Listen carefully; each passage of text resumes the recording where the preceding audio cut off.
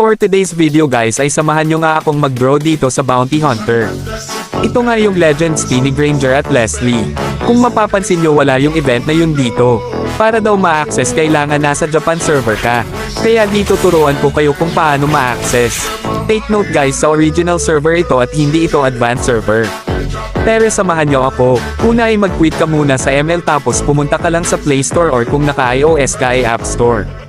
Tapos search mo lang VPNLAT katulad netong sa video. So sa akin na download ko na kaya i-open na natin. Pagkatapos mo i-open mag-connect ka lang sa Japan country. Dapat sa Japan country guys dahil doon lang itong event na Bounty Hunter.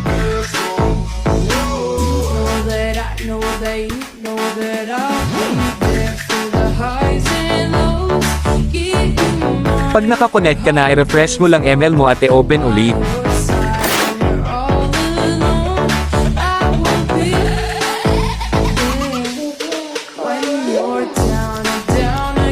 So yun guys, gumana at na-access natin yung event. Pero samahan nyo ako, sakto may diamonds pa ako dito, subukan lang natin mag-draw dahil phase 1 ngayon dito sa Bounty Hunter.